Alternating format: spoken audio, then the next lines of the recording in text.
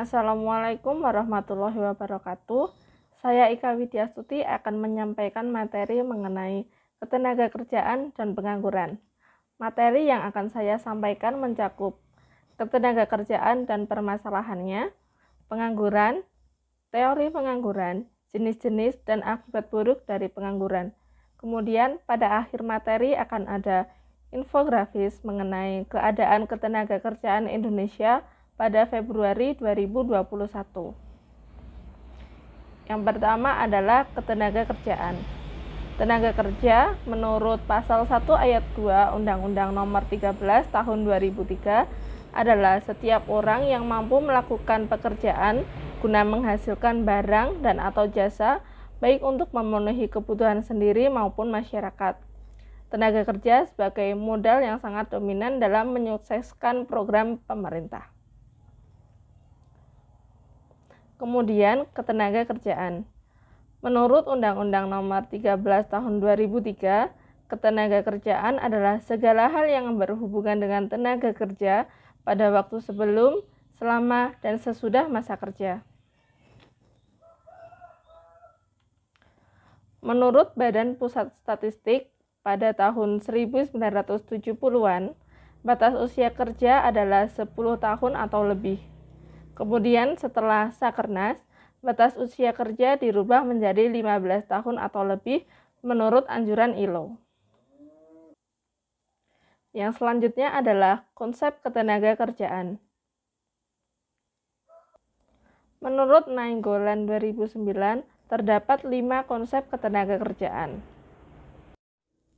Yang pertama, tenaga kerja atau manpower, yaitu penduduk usia kerja atau jumlah seluruh penduduk dalam suatu negara yang dapat memproduksi barang dan jasa jika ada permintaan terhadap tenaga mereka dan jika mereka mau berpartisipasi dalam aktivitas tersebut.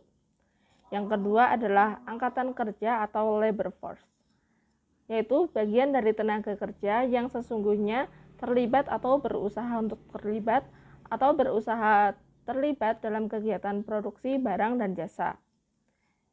Angkatan kerja adalah penduduk yang kegiatan utamanya selama seminggu yang lalu bekerja dan penduduk yang sedang mencari pekerjaan. Yang ketiga adalah bukan angkatan kerja atau unlabor force, yaitu penduduk yang berusia 15 tahun ke atas namun kegiatan utamanya adalah bersekolah atau mengurus rumah tangga atau lainnya. Selanjutnya adalah tingkat partisipasi angkatan kerja. Tingkat partisipasi angkatan kerja menggambarkan jumlah angkatan kerja dalam suatu kelompok umur sebagai persentase penduduk dalam kelompok umur tersebut untuk membandingkan angkatan kerja dan tenaga kerja. Yang kelima adalah tingkat pengangguran. Angka yang menunjukkan berapa banyak dari jumlah angkatan kerja yang sedang aktif mencari pekerjaan, yaitu membandingkan jumlah orang yang mencari pekerjaan dengan jumlah angkatan kerja. Tingkat ketenagakerjaan dipengaruhi oleh lapangan pekerjaan yang tersedia, permintaan terhadap tenaga kerja, persediaan tenaga kerja, ekonomi yang sedang terjadi, dan upah yang diberikan. Selanjutnya, permasalahan ketenagakerjaan di Indonesia. Yang pertama ada tingkat pengangguran yang tinggi. Tinggi rendahnya pengangguran suatu negara dapat dijadikan sebagai tolak ukur kemakmuran suatu bangsa. Pertumbuhan tenaga kerja yang tidak diimbangi dengan peningkatan jumlah usaha atau lapangan pekerjaan akan meningkatkan jumlah pengangguran. Yang selanjutnya, jumlah angkatan kerja yang tinggi. Makin tinggi jumlah penduduk, semakin tinggi pula angkatan kerjanya. Dan jika tidak diimbangi dengan meningkatkan lapangan pekerjaan, maka pengangguran akan semakin bertambah. Yang ketiga adalah rendahnya tingkat pendidikan dan keterampilan. Tingkat pendidikan yang rendah dan ketidaksesuaian keahlian dan keterampilan yang dimiliki pencari kerja dengan kualifikasi yang dibutuhkan perusahaan memicu rendahnya penyerapan tenaga kerja di Indonesia. Selanjutnya, penyebaran angkatan kerja tidak merata. Di Indonesia, sekitar 60% penduduk terpusat di Pulau Jawa. Hal tersebut menyebabkan pertumbuhan ekonomi dan kesejahteraan masyarakat tidak merata. Angkatan kerja juga tidak merata, dan seseorang dengan pendidikan tinggi akan terfokus pada daerah dengan kepadatan penduduk yang tinggi. Selanjutnya yaitu perlindungan kesejahteraan tenaga kerja yang belum maksimal. Standar upah yang belum memenuhi kebutuhan masyarakat, kondisi tempat kerja yang buruk, dan ketidakadilan dalam dunia kerja menyebabkan kesejahteraan dan motivasi tenaga kerja akan menurun. Yang selanjutnya adalah pengangguran. Menurut Badan Pusat Statistik, pengangguran adalah penduduk yang tidak bekerja namun sedang mencari pekerjaan atau sedang mempersiapkan suatu usaha baru, atau penduduk yang tidak mencari pekerjaan karena sudah diterima bekerja tetapi belum mulai bekerja. Kemudian, menurut Sukirno, pengangguran adalah suatu keadaan di mana seseorang yang termasuk dalam angkatan kerja ingin memperoleh pekerjaan akan tetapi belum mendapatkannya. Seseorang yang tidak bekerja namun tidak secara aktif mencari pekerjaan tidak tergolong sebagai pengangguran. Pengangguran sebagai masalah ekonomi yang mempengaruhi keberlangsungan hidup manusia secara langsung. Terdapat teori-teori mengenai pengangguran. Di sini saya akan menjelaskan mengenai teori klasik dan teori Keynes. Pada teori klasik, Gillarzo menyebutkan pengangguran terjadi karena misalokasi sumber daya yang bersifat sementara karena kemudian dapat diatasi dengan mekanisme harga. Menurut Tohat, peningkatan tenaga kerja mampu menyerap kelebihan tenaga kerja yang ada di pasar apabila harga relatif stabil. Dalam teori klasik, kelebihan penawaran tenaga kerja, maka upah turun dan produksi perusahaan menjadi turun, sehingga permintaan tenaga kerja akan terus meningkat karena perusahaan mampu melakukan perluasan produksi akibat keuntungan yang diperoleh dari rendahnya biaya. Namun, pada teori Keynes menyebutkan hal yang berlawanan dengan teori klasik. Menurut teori Keynes, masalah pengangguran terjadi akibat permintaan agregat yang rendah, sehingga terhambatnya pertumbuhan ekonomi bukan disebabkan oleh rendahnya produksi, akan tetapi rendahnya konsumsi. Keynes menganjurkan adanya campur tangan pemerintah dalam mempertahankan tingkat permintaan agregat agar sektor pariwisata dalam menciptakan lapangan pekerjaan. Menurut teori Keynes, ketika tenaga kerja meningkat, upah akan turun. Hal ini akan merugikan bukan menguntungkan. Karena penurunan upah berarti menurunkan daya beli masyarakat terhadap barang-barang. Akhirnya, produsen akan mengalami kerugian dan tidak dapat menyerap tenaga kerja. Kemudian, jenis-jenis pengangguran. Berdasarkan penyebabnya, menurut Sukirno terdapat 4 jenis-jenis pengangguran, yaitu normal, siklikal, struktural, dan teknologi. Pengangguran normal adalah pengangguran sebanyak 2-3% dari jumlah tenaga kerja.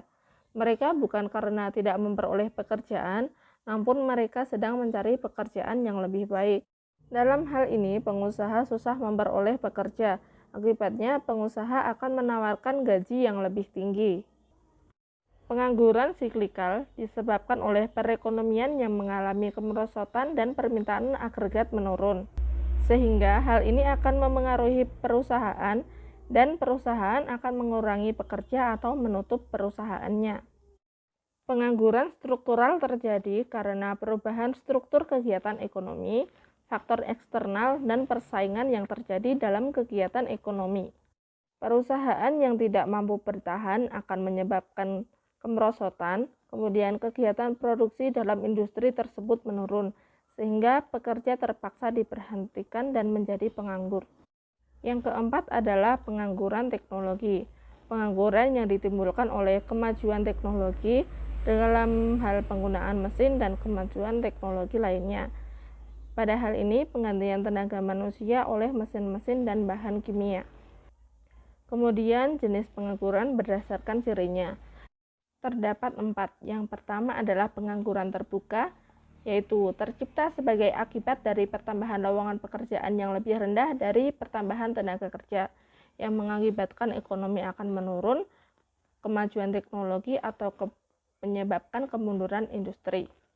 Yang kedua, pengangguran tersembunyi, yaitu kelebihan tenaga kerja yang digunakan jumlah pekerja dalam suatu kegiatan ekonomi lebih banyak dari yang sebenarnya diperlukan. Selanjutnya, pengangguran musiman, yaitu disebabkan oleh perubahan musim seperti hujan atau kemarau. Yang keempat adalah pengangguran setengah menganggur, yaitu orang yang hanya bekerja 1 hingga 2 hari dalam seminggu, atau 1 hingga 4 jam dalam sehari, atau disebut dengan pekerja paruh waktu. Pengangguran mengakibatkan dampak buruk. Yang pertama, terhadap kegiatan perekonomian, pengangguran menyebabkan tidak maksimalnya tingkat kemakmuran yang mungkin dicapai. Yang kedua, pengangguran menyebabkan pendapatan pajak pemerintah berkurang. Hal ini diakibatkan oleh tingkat kegiatan ekonomi yang rendah. Yang ketiga, pengangguran tidak menggalakkan pertumbuhan ekonomi. Selanjutnya, dampak buruk pengangguran terhadap individu dan masyarakat. Pengangguran mempengaruhi kehidupan individu dan kestabilan sosial dalam masyarakat. Pengangguran menyebabkan kehilangan mata pencaharian dan pendapatan, kemudian dapat menyebabkan kehilangan keterampilan karena tidak bekerja, dan yang ketiga dapat menyebabkan ketidakstabilan sosial dan politik. Ekonomi yang lesu dan pengangguran yang tinggi dapat menimbulkan rasa tidak puas masyarakat terhadap pemerintah. Berikut adalah infografis mengenai keadaan ketenagakerjaan Indonesia pada Februari 2021. Terdapat penduduk usia kerja yang terdampak COVID-19, kemudian tingkat pengangguran terbuka menurut provinsi, jenis kelamin, dan daerah tempat tinggal, kemudian jumlah pekerja formal dan informal, dan karakteristik penduduk bekerja menurut pendidikan, dan ada rata-rata upah buruh dalam sebulan. Secara keseluruhan, keadaan ketenagakerjaan Indonesia pada Februari 2021 cenderung meningkat daripada Agustus 2020. Sekian paparan materi dari saya, semoga bermanfaat. Terima kasih. Wassalamualaikum warahmatullahi wabarakatuh.